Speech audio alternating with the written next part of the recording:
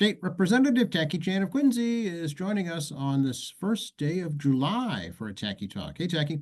Hey, Joe. Welcome to July 1, everyone. It's a nice and soupy day. Oh, boy, it certainly feels like summer. All of a sudden, it's like somebody flipped a switch. I know. I know we got through our first real heat wave last week, which is actually unusually early in June. Yes, Yeah, for sure, definitely. hope Uh, everyone stay safe through the last week and even this past weekend get a little warm again. So, remember, stay hydrated, keep cool.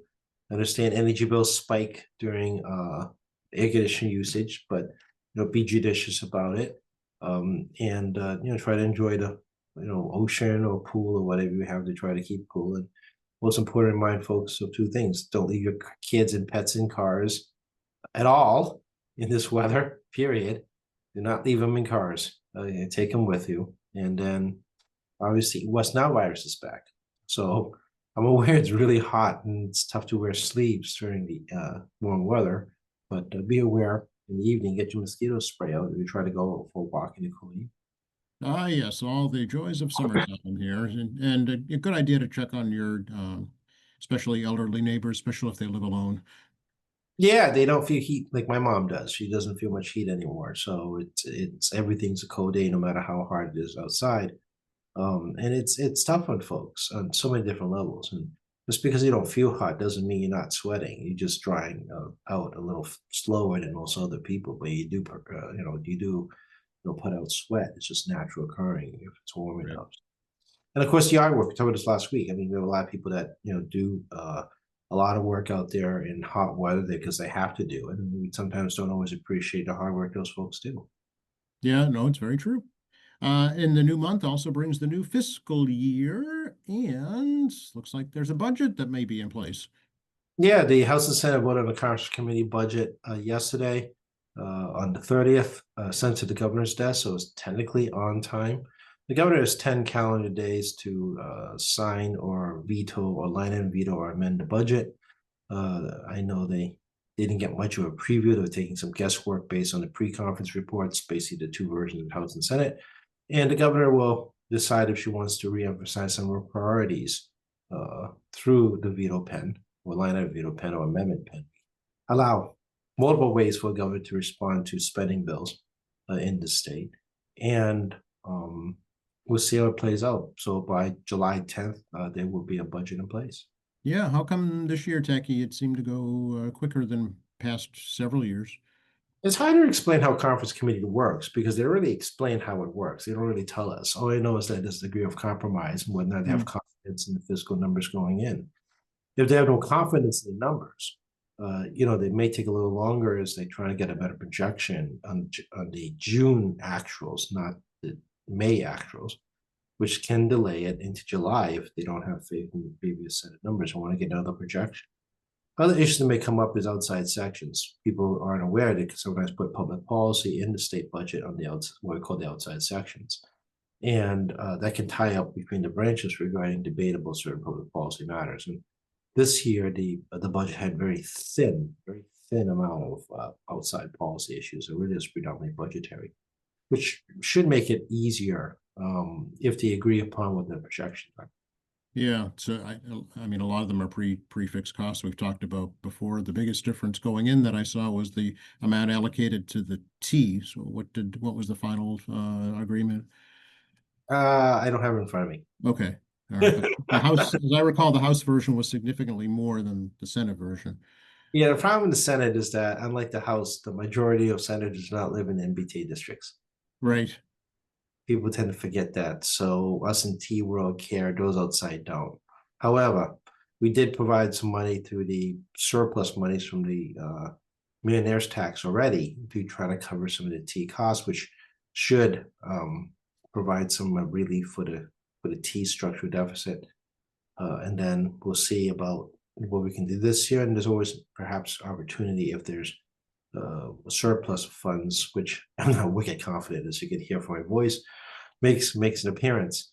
For those who don't know, the MBT actually has a very major structural deficit where the two biggest costs really are a capital debt, which is always around 30% of the budget, and the other was electric, which starts around 18, 20, 22% of the budget, depending on the electric rates. And even though they are at an aggregate, they buy everything in bulk at fixed rates, competitive supply style. It's still expensive to run the MBTA. Mm. So so the T's fixed costs pretty much, half its budget. Not quite half, but it's close to half the budget, some type of fixed cost. So that's part of what we refer to as the structural deficit. Yeah, one thing I did see that was approved was funding for fare-free regional transportation on the regional transit agencies. So that's codified now. Yeah, this is really not the level of service you guys are used to in the MBTA, right? You have a lot of buses, you have a lot of close distance buses, meaning that you can get from Walls to Quincy Center on a bus. It seems far in the city, but it really isn't when you're in the rural areas. In rural areas, that's like a short walk. Mm-hmm. So, unlike here, a lot of the regional transit, in the more rural areas, it makes more sense. It also doesn't run nearly as frequently. So what you're used to here, showing up every whatever times an hour, over there would be one time every several hours. Right. The regional free transit is actually a little easier when you don't have a very frequent usage in terms of time. It doesn't mean the buses aren't full. It's just that the time spent between RTA buses or more far apart. But you Yeah. have self-funded ones. For example, you have Brockton's a classic example, right? The city funds their regional transit, provides some support for them. I know I've seen an Acton regional shuttle bus type thing go around there. Not exactly a big bus at all. It's a small little bus, but works for a small community. Trying to think, Springfield, I think, also has its own regional transit, which Okay. pays for a chunk of it, if I remember correctly. So there's no shared cost in those communities. Unlike here in Quincy, the MBTA is a shared cost inside the MBTA district Mm-hmm. area. So Boston, Cambridge, Quincy, Braintree, I mean, it's a shared cost. So your T fare subsidize somebody else, on the Alewife line, for example, or the Boston Right. line, and vice versa. And also share the capital costs in the statewide system. I'm sorry, regional MBTA system. But if you're an RTA, those buses that need capital improvement, there's no cost sharing. It's really up to the city, really towns to pay for it, and the state provides some subsidies. Right. Right. Exactly. Yeah. So what happens now? We'll wait for the governor. Got 10 days Okay. to sign. We'll wait for the various vetoes and line of vetoes and amendments that she may bring down on us. I have no idea how it's going to play. Well, what didn't make it into the budget, Tacky, that's still kind of in committee? There was, you may have seen in the press, the bar advocates, the lawyers provide legal services for folks that cannot afford legal services. That's still an issue that's somewhat outstanding. Not entirely clear because I got like one email about it, but dearth on details. Other than what I see in the paper, and normally we do hear from the bar advocates Mm-hmm. if there's a rate increase problem. They haven't seen a rate adjustment in a dozen or so years. So as you can already see, they're not taking new cases. I think in Suffolk, North, and Nantucket is one of your hearing right now, and it's something I have to address down the road. So the budget line item only addresses the cost of bar advocates, but doesn't address the individual hourly rate depending on the type of case they take. The more serious cases, the higher the rate. But again, the rate hasn't been adjusted in over a dozen years, and we've been talking about inflation for a long time here. And when you're living on a fixed cost rate, and we had 5 really brutal years of inflation, you can imagine what it does to the bottom line for a business. Yeah, it's a pay cut essentially, right? Yeah. Yeah, because your fixed number, you're running a little business or a mid-sized business as a law firm, and you're getting a fixed rate on these um, bar advocate cases. And yeah, your cost of business it just keeps going up. Mm-hmm. Yep. Yep. How about the broker fees that we've talked about here in the past? Did that make it in? Yeah, they adopted a version that the Senate did once, as well as the governor did, which actually came out of my committee. The language, and what it does is essentially prohibits the landlord and the landlord's broker from charging a fee. That's the bottom line. And you only have to pay a fee with your own contract broker if you so choose to get a broker. So some people may want to get a broker, and they have to engage in a contract to do that. It has to be an active contract. You can't just like spring a fee on someone. So we'll follow New York and other states now on some no more surprise fees on the day of closing. How's that sound? Sure. Yeah. Funny that we're talking about the budget right now. I just got a news alert that Vice President Vance has cast the tie-breaking vote on President Trump's quote "big beautiful bill" after a vote-a-rama. So it looks like it passed. Yeah, down in the Senate, they have a different process over there, depending what branch you're in. And this was an open game situation on amendments, and you can debate amendments. I don't know if the rules were set up, but you can debate amendments, which is slowing the thing down. And the goal of the Republican Senate, because they only have 53 votes, was to try to get a majority vote, not a supermajority vote. Those who pay attention to Washington may remember that the U.S. Senate has this bizarre rule that if certain things come up, they have to get 60 votes in order to quote unquote break a filibuster. Those of you that think filibuster standing in a room and talking, forever is not a thing in the U.S. Senate. They just announce a filibuster, and then people need to come up with 60 votes to override the filibuster. So there was a lot of procedural issues going on in the U.S. Senate trying to bring it down to just majority vote, which J.D. Vance, not surprising, Vice President, as a president of the Senate, had to cast a tiebreaker because this was very controversial, was made everywhere, not necessarily because, again, I don't understand how you cut taxes and spend more money. For the love of, I just don't understand how that works. It's a very Republican thing of all things. They do this a lot down there in DC. Well, it's called deficit spending.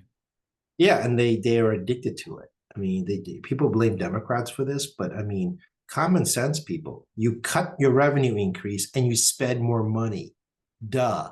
I mean, this is the part I would never understand about the public on this particular matter. It's like, oh yeah, we're going to spend more money and cut taxes. That's like you're going to take a pay cut and spend more on a vacation. I mean, what are we as a collective unable to do basic math? I mean, this is what dealing with in DC, especially with a Republican administration, which I find astounding. But also more importantly, they're doing cost shifts. For example, there were cost shift SNAP benefits we saw last week, which the parliamentary wrote out. They rejiggered, for lack of a better term, their Medicaid. That results in more cost shifting to the states if this goes through, creating more requirements for folks that are more able-bodied, huge quotation question marks, what that means, to be employed to qualify for Medicaid, very much how we do unemployment, not unemployment, for what we used to call welfare, right, for cash benefit, but we used to basically call welfare benefits. So, there's some stuff going on in the bill that will very likely, affect low income, lower middle income folks. And if we hit an economic period where there's an increased number of unemployment, it's going to affect middle income folks in particular first. They become lower middle income. And you might find yourself on that situation. And it probably it's a little tricky, this one, whether or not it affects Obamacare, because Obamacare is just an extension of Medicaid. And not surprising, senators from states that are no tax, lower income states have a higher adverse effect on Medicaid. They don't have things like a Commonwealth Connected. So they're much more dependent on government health. So that's why a lot of these senators have been balking. And there's no guarantee this is going to survive still. They still have to do a reconciliation between the House versions. Right. Yeah. How the House knows where the Senate is. And they know the Senate is, very teetering on a vote. And the House, don't forget, only passed this by one vote too. That's right. So this is a very much, standing on the chair of one leg, balancing, balancing dishes and cups on sticks on your nose. I mean, they're really on a very teetered situation for the House and Republicans trying to thread a needle to deal with not necessarily just policy interests on deficit spending, but also balancing act regarding individual constituencies about the negative impact this bill will have on their constituencies. Yeah. So here in Massachusetts, how would it work Tacky, if the budget had to be, revisited because of the federal cuts? Well, we wouldn't reopen the budget. I mean, the Okay, 9C cut, for example, which is a power that she has, if it's demonstrated that our state revenues, with agreement from ANF, is going to be, 10% below normal. I think it's 10% threshold. The governor can 9C cut the budget. Although we've seen it done less than 10%. So I don't think that's right number, Mike. But does the demonstration of revenue projection software can 9C cut the budget? Means that she can cut the budget. I see. This is a little bit different because if there's a revenue shortfall that isn't tax related but federally related, does she pay 9C cuts? She's probably going to have to. And then if she creates savings through these 9C cuts, they have to come back to us for a reappropriation. So, for example, let's say we're short $1 billion to Medicaid, and we start scrounging through the trust funds and other reserve accounts we could use, like the supplement, like the rainy day fund and whatnot. Let's presume that everything's exhausted. No rainy day fund, no trust funds, no fancy accounting methods. Everything's been exhausted. In theory, could 9C cut $1 billion from all over the place, and then send it back to us, and then we could reappropriate the $1 billion to Medicaid. I see. Okay. You have to trim like $1 billion off only 1/3 the budget, which means Gotcha. the Okay. 62, 65. Well, it depends on the fixed cost, but we're going to really call Okay. it. So, that'd be 1/3. So it's like $20 billion or so, right? Just to slash $1 billion off. For example, this is a hypothetical, to try to fill $1 billion hole, which means we have to cut $1 billion. Mhm. Okay, all right. So, okay, but it would be up to the legislature to reappropriate. Okay, Reappropriate money that's been cut is to reallocate. gotcha. Or we could do this on our own by cutting line items ourselves, Oh, and then reappropriate the money somewhere else. But we would need a recommendation from the governor first. I see. Okay, We want to see what she's thinking so we can think Yeah. about it. We okay, all right. actually, the popular belief, the people think the legislature has like direct control operations. We do not. It's just executive branch function. As you all learned in Washington, D.C., it's executive branch function. However, you are required to utilize the funds in your line item for executing said executive power function, which I've seen in DC doesn't seem to be working properly. So here, in Massachusetts, the governor can't move money between line items of us approving the moving, Gotcha.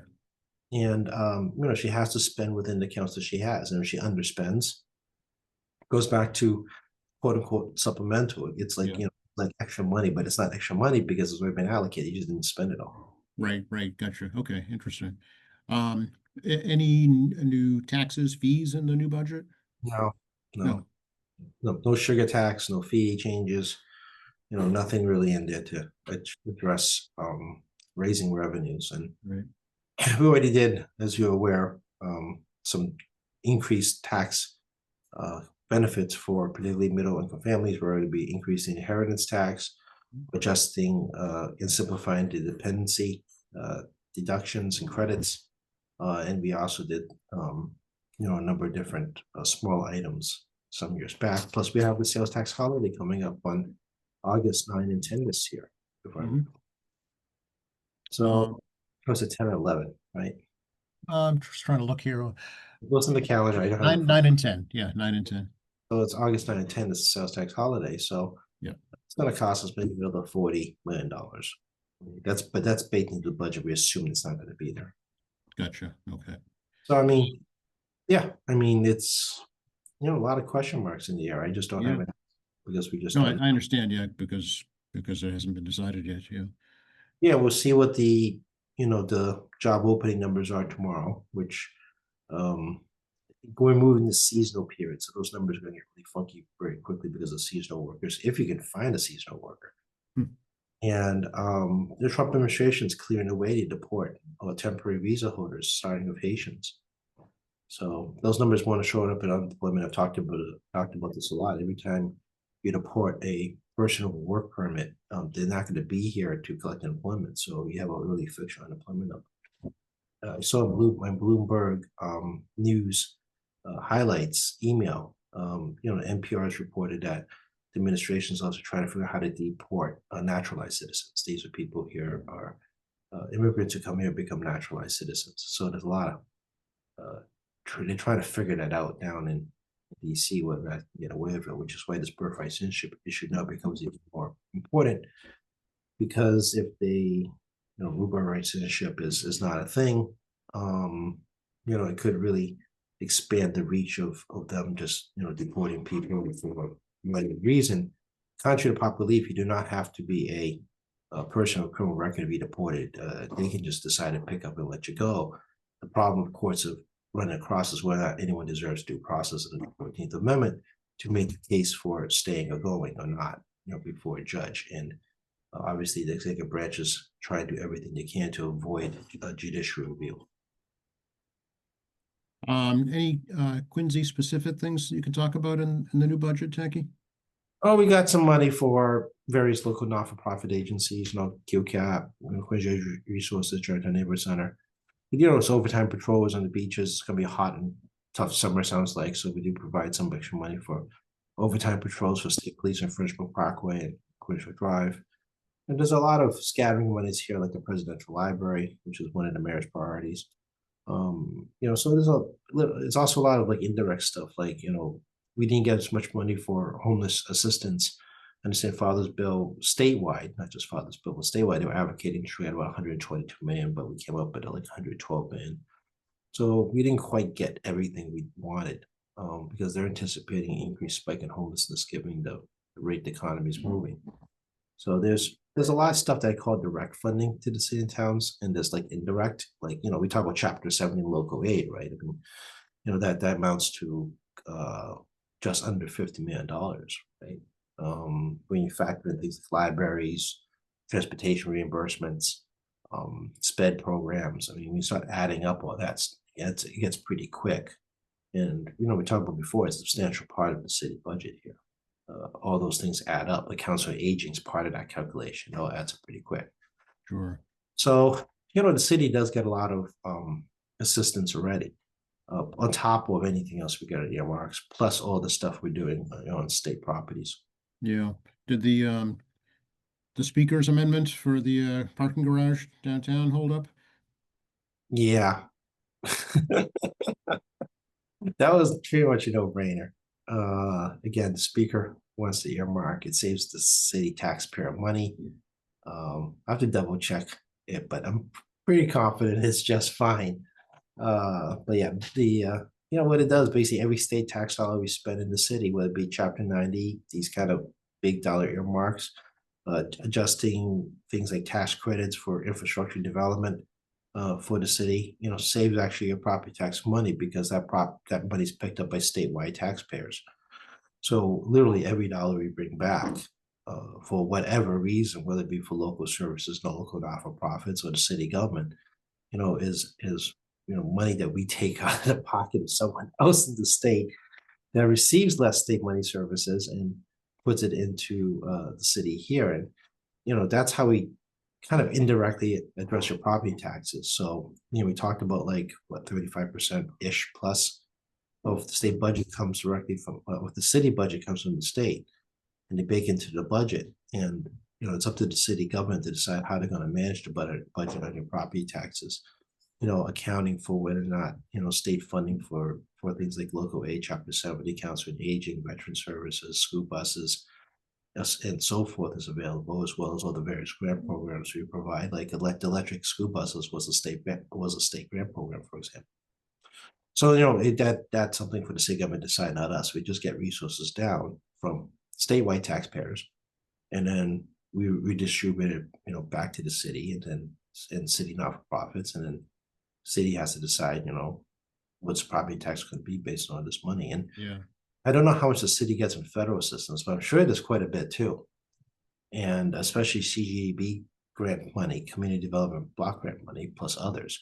And, those cover a lot of programs that also, property taxes don't have to pick up. right. Yeah. Alrighty. A lot of local events coming up, Jackie, for 4th of July.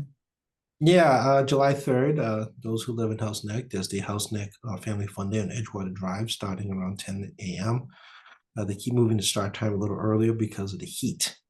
It is on asphalt. and you got the beach, over the seawall. So nice little warm. In my life, it's really about Adam Shore at 9 on July 4th, followed by Germantown at 10, and then you got the Merrimont Parade kicking off at noon. My understanding is still noon. I actually haven't seen an email from Merrimont Association, believe it or not. But I'm presuming it's going to be a noon kickoff. And then the citywide candidates and those who represent North Quincy obviously have the Quantum Parade starting at, believe it, also at 10. So, Yeah. yeah, I never leave the peninsula. Southern Peninsula and I don't leave starting at 9 a.m. I just hang out there till like 2 o'clock. So hopefully it won't be too brutal. And then there's also the Merrimont. I don't know what the deal with the Merrimont Family Fun Day beach event is. I suppose that normally is on the day before on the 30th. I think it still is, yeah. Yeah, they move it around I've noticed it moving around depending on July 4th is and what's practical for families to be there. Right. And July 4th being a Friday, obviously holiday travel has already begun starting this week because it's a 4-day work week for many people. And they will take advantage of working out a long week this week, or they may take next week off instead. Right. Yeah, exactly. It's this month pretty much is a lot of folks' time off, a lot of traveling going on for sure. Even though gas prices are low, they've gone up some. Yeah, I know you just said an interesting combination of words, low but went up some. Yeah. So again, I don't know where these numbers are coming from because it's not reflecting our real world, which they normally should. Both the Trump administration and places like AAA, are projecting out lower gas prices this summer. But we've not seen it despite the price of oil struggling to get over $70 and all the Middle East conflicts going on. Very busy few weeks in the Middle East. Indeed. Yes, for sure. Yes. And more to come. I think the Prime Minister of Israel is coming to the White House next week. That'd be a very fascinating conversation because I think the Trump administration and foreign affairs underestimates the complexity of geopolitics and people protecting their interests in their regions. No different from the United States protecting our interests in our regions, but they have, for some reason, they have a huge disconnect in DC understanding that complexity. But regardless, locally, gas prices have not really gone down. No. Very confused, because again, price of oil is not spiking at a rate. Oh, it's like $65, $66 a barrel, and that really hasn't changed. Yeah, I have no understanding what's going on anymore because normally there's normally a direct correlation. I just don't know what's happening. I really don't. And again, the administration and AAA are projecting lower prices coming soon, and I don't know where it is. And the airlines also have started stagnating their prices too, because not necessarily the price of fuel, but also lower demand. They're projecting to this summer. So I think there'll be more people in the room this weekend than flying. Interesting. Yeah, that's probably true. I think I saw our survey. People are traveling like at least 50 miles from home, something like that. Yeah, you go to Berkshires, Hampshire, Cape Cod, maybe visit some friends of Vermont or whatever. I mean, yeah, that makes a lot of sense. I don't have Airbnb figures. Their earnings report data doesn't come out for quite some time. And I think in particular, you got Expedia, Bookings.com, you got Travelocity. I mean, you have all these different websites. But I think, if you're going to look at economic indicators regarding domestic tourism, not foreign tourism, not foreigners coming in, I think Airbnb is the way to go. I think whenever Airbnb puts out a set of numbers on the quarterly report, will give you an idea exactly if the U.S. Spender can continue because Airbnbs tend to be cheaper than Marriott, right? People's first choice. The Marriotts of the world are more interested regarding foreign travelers in some ways. And given the political climate and the fact it's getting more and more brutal for people to get into this country, you're going to see domestic tourism hurt. And I think it's something, the media should really talk to MOTI when the summer's, not MOTI, yeah, Mass Office of Tourism and Trade, yeah. When they get to the end of the summertime to see how things pan out. Obviously, it's beginning of summer. Tourist season is really kicking off for us on July 4th weekend. There'll be 500,000 people at the Pops like we always do. Right. But I'd be interested if, other countries are visiting us with their dollars. The dollar's actually pretty parity at this point for everybody else in terms of value. So you have a somewhat weaker dollar right now. So, foreign travel to the U.S. is becoming more affordable for the moment. Yeah, I'd be curious to see how business travel is impacted too later this year after summer. Yeah, because obviously we don't know now. I mean, you can get booking data from travel agents. You call travel agents, or you talk to like Marriott. You can get some advanced booking data. Same thing conventions. People call it like Washington Convention Center, or like anywhere in Vegas, for example, which is a big convention hub, probably one of the biggest in the country. If the booking data is not good, it's an indication of whether people can spend. And international cities like ours, New York, LA, San Francisco, Chicago, DC. I mean, they're very dependent on foreign tourists. So, airline data plus, booking data from hotels will clue you in how things are going. As I don't have the information, it's only July 1. Right. It's all like advanced bookings, but doesn't show like, you decide like the weekend before you see a getaway deal and you run off and take the getaway deal. 40% off. You just happen right time, right place, right? But You have to be able to move quickly. Yeah. yeah, and so I mean, when you get to like September, we may have some good data in June, July, August, and of course we're a leaf peeping area. So when October hits, that's our next big tourist tranche, for lack of a better term, uh, in this area because a lot of people come in and see leaf peeping from all over the United States, particularly around the world from here. So tourism's a number 2 or 3 economic driver, depending on the state of the economy. Mm. Um, we need these not just domestic tourist dollars, but we need tourist dollars, and we'll see in the fall of foreign students come back. I was just going to bring up the international student issue because we don't know, right? Yeah. We don't know, and again, I said before, it doesn't just affect the colleges; it affects all the elite high schools here. It also affects private schools that are doing college prep for, frankly, rich foreign kids for the most part. Mhm. And that has direct on our economy because they pay taxes that we get to keep, but they'll never see the benefit of really. Since we have a state sales tax, not a national sales tax, um, foreign students are paying sales tax in Massachusetts, they don't get a refund. Right. And they're not really costing services, really. Correct. Yeah. So that's kind of part of the intriguing thing about all this. So yeah, we'll see what there is a economic impact associated with student visas, temporary visas, working, 10-year visas to HB1. You can create economic development visas. I mean, there's hundreds of visas out there, and not everyone can work with a student visa. Can't get a job like a regular job. They have to get special permission to get a student work visa. They have to get Yeah. a special permit. Again, a second visa on top of another visa. So yeah, we'll see. I mean, I think you and I may be listening to this, and I don't feel economic impact in this, but if you're a small business, that are within, 10 miles of college area, and you're listening to this, you're like, oh yeah, I'm already seeing this.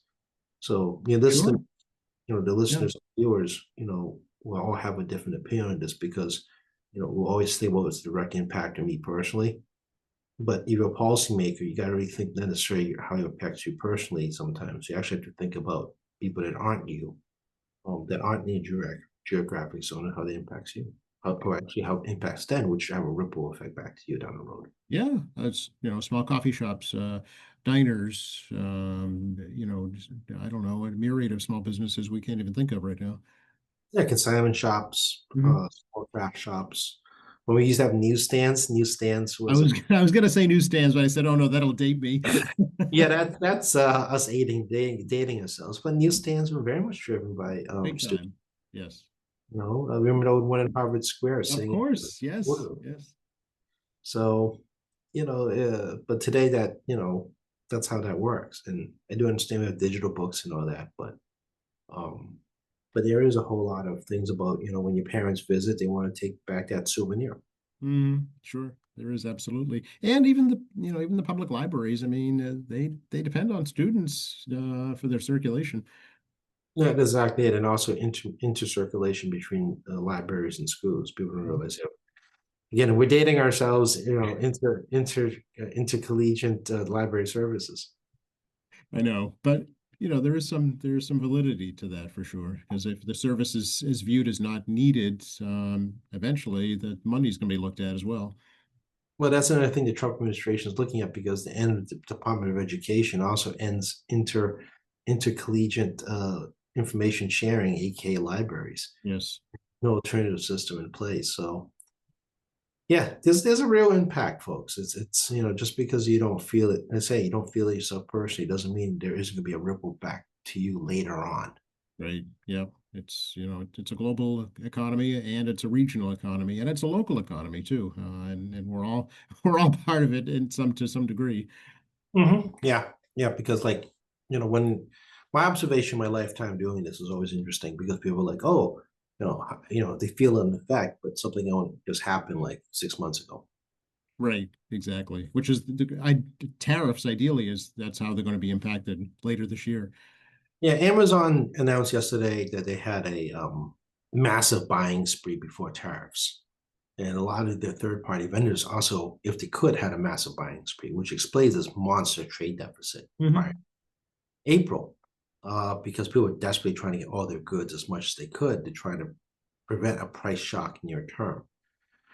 At some point, that's the stuff that's already in inventory is going to be consumed.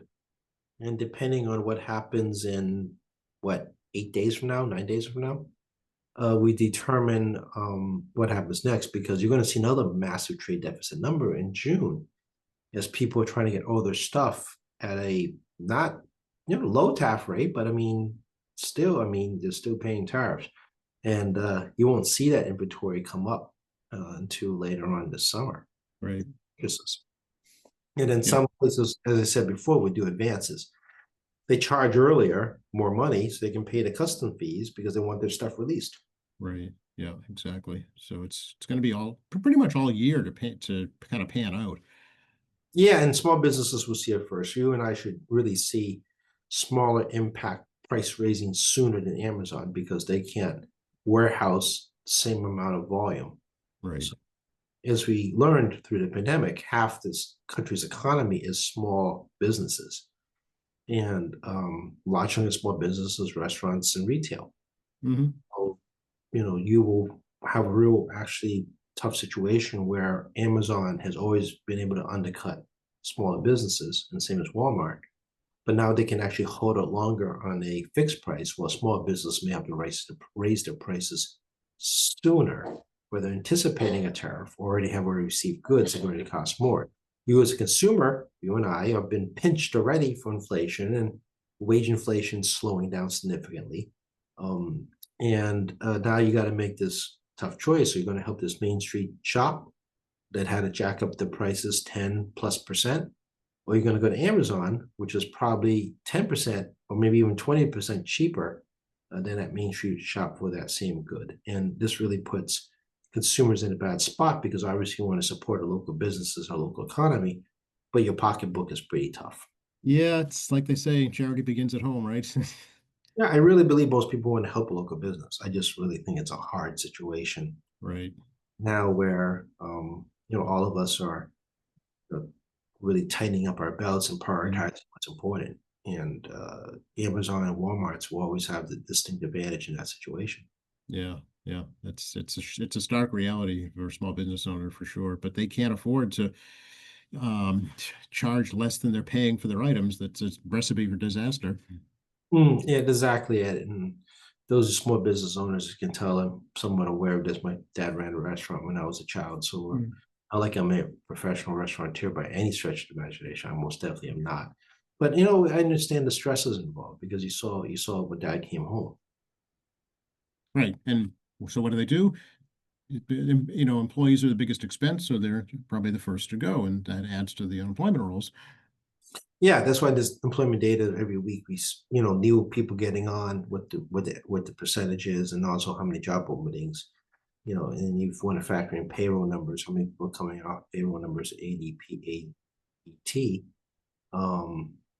may give you some clues what's happening. But like I said, the economic data is all over the place. Everything's not in sync, and the unemployment data is part of it too. And like I said, if they start revoking people's visas, work permits students, and just start like deporting everybody, it's going to be, an impact. But again, it Mm, affects job opening number, but won't affect unemployment because they won't be collecting.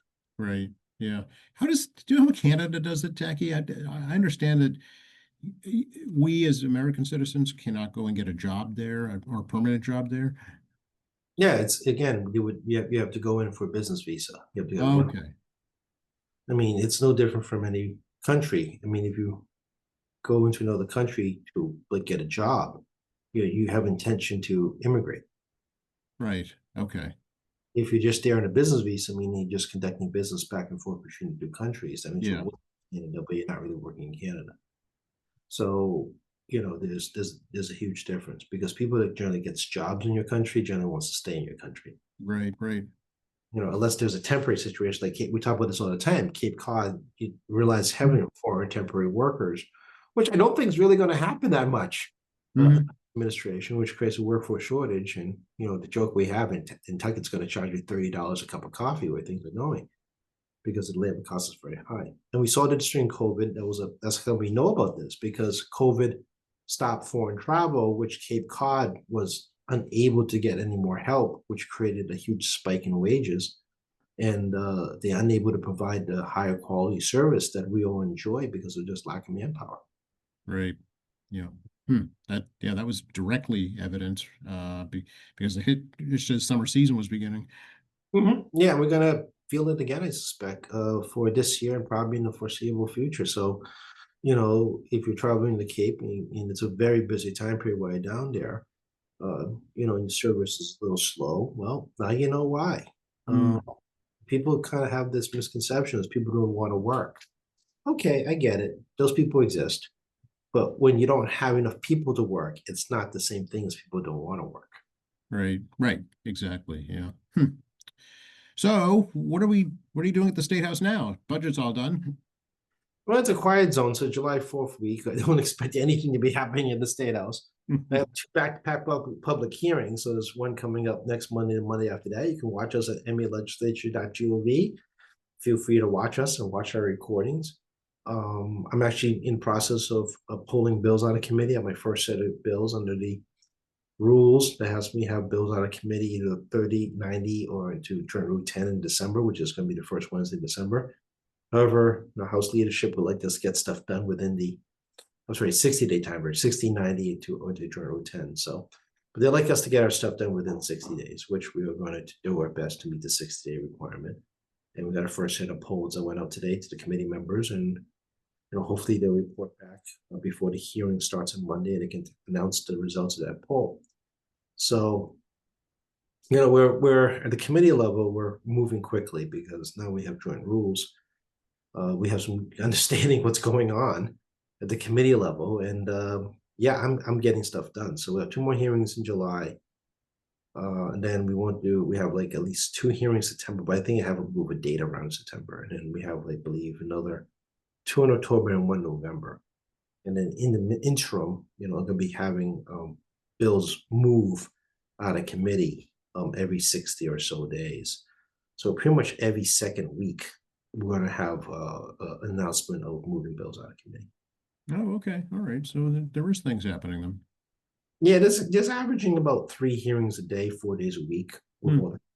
at the moment. And that's, well, there's no legislative activity in terms of formal sessions. And we do have informal sessions every 72 hours where anybody can object to continuation. The committees are a full year since April on trying to get these hearing schedules moving and done.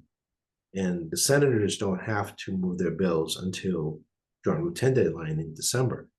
The funny thing is, now that we've adopted a position where House bills go to the House, Senate goes to the Senate, we can't do maneuvers like attaching bills to go to the Senate or vice versa, and we can't move things in each other's study orders.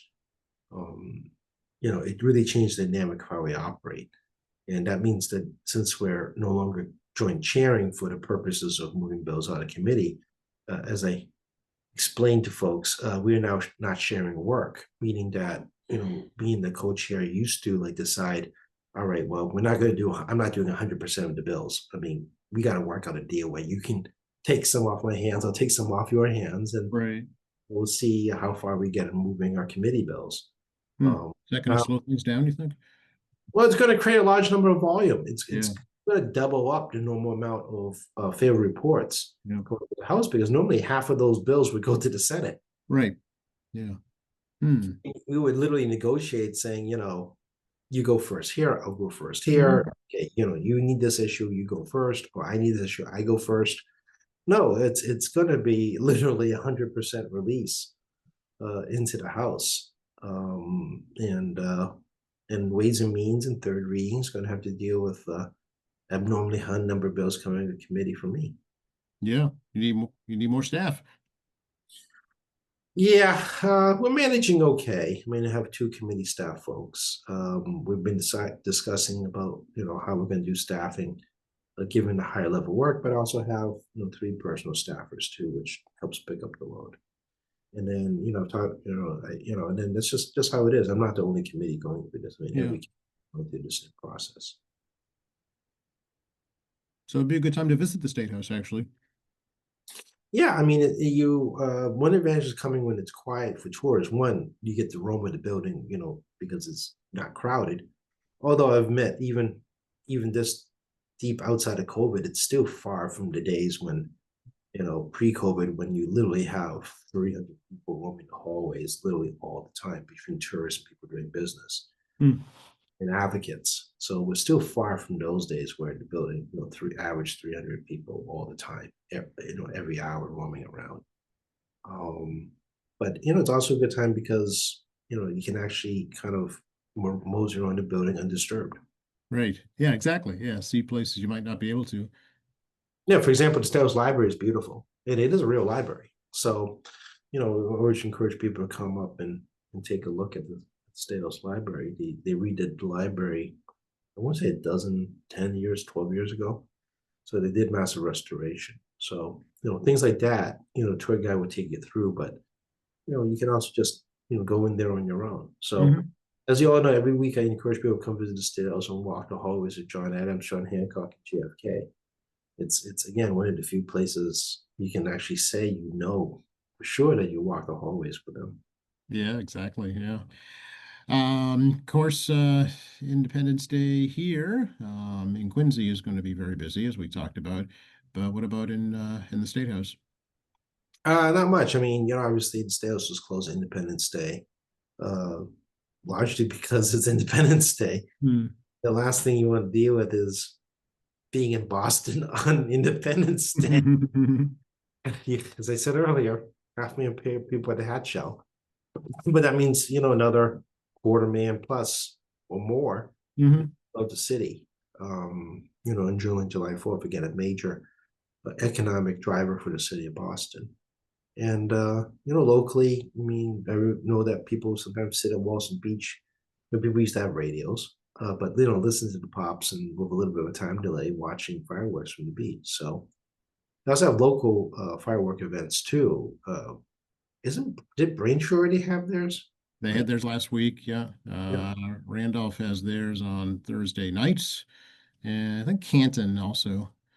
Yeah, so you have some regional events. The Yeah. Patriot League actually does a pretty good job on telling the local July 4th event. So if you don't feel like going to Boston Pops and you want to see some fireworks locally, there's plenty still in the South Shore and local geographic region that you Oh, can. yeah. Weymouth typically launches them from West Augusta Beach the night before the 4th, I think. Yeah, Inner Point have been doing it for a while too. Yes. I don't think they're doing it this year. I don't think so. Yeah, I didn't see a notice in my email. I generally get a notice them doing that. So for those who don't want to brave the crowds of Boston, I mean, you can always look at the Patriot Ledger and Mhm. find regionally, you can go see some local fireworks without it being squished, uh, inclusive of the Hat Show. If you're so fortunate to find like a rooftop bar or you have a buddy that lives in the Charles, obviously, you should take advantage of that. Yeah, or you have a boat. We have a boat, which I think, given the heat, a lot of people would be on the water. Yes, for sure. Yes. So don't feel like you can't take your family not to see fireworks somewhere in the area. And of course, we did Flag Day, which was spectacular. In my mind, I thought it was spectacular. And people, obviously, we don't do July 4th. As far as we've lived here, we've never done July 4th in Quincy in terms of like, a firework display, things like that, because we did it during Flag Day. No, although the Adams National Historical Park has some like reenactments going on of the reading of the Declaration. I think there's a play at the First Parish Church as well that folks can check out. So those are free too. So folks should see what the National Park is doing here, right here in Quincy. Yeah, just go on the website. Obviously, National Park Service, has things, the U.S. Constitution available, the Freedom Trail is available this Mhm. week. The aquarium, in Boston, people love aquariums. Things, Museum of Science. I mean, there's no shortage of places to go to keep cool and enjoy this weekend locally. If you want to do a staycation, a lot of places you can visit. Obviously we have the Adams stuff here, but you can go down to Plymouth, or you can go to Battle of Lexington and Concord. They haven't quite ended the celebration out there. Look up on the website if there's any activities still going on in Lexington. Of course, Plymouth does huge things on 4th of July as well. Yeah. So again, we have the internet, folks. It's not like you can't find something. And next year's the 250th anniversary of the revolution, so there'll be more stuff going on. 1776. Yeah. Yes. And if I'm still here, I mean, 400 years for the founding of the Bay Colonies in 2030. We'll see. I'm going to make it that far, Joe. Oh, is that a little hint? I don't know. I'll be 5 years older. So,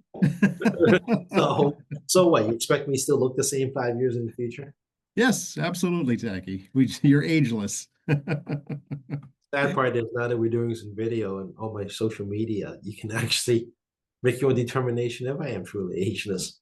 But I do age. It just moves at a different pace than other people. That's all. Oh, I see. Okay. So in the short term, we can still get a hold of you, though. Of course, 617-722-2370, 617-722-2370. That is the State House phone number. We're in room 42 of the State House. We are staffed. Please feel welcome to visit, or give us a phone call if you need help getting a tour because you're having difficulties getting a tour. We can try to be helpful in making the right connections. Tackey.chan@emmyhouse.gov, tackey.chan@emmyhouse.gov. We do see everything. I do read everything. I don't remember everything, unfortunately, but I do read everything. And I do take on my testimony through my email. But please visit the state website to send it to the right email, because I don't want to see your testimony twice.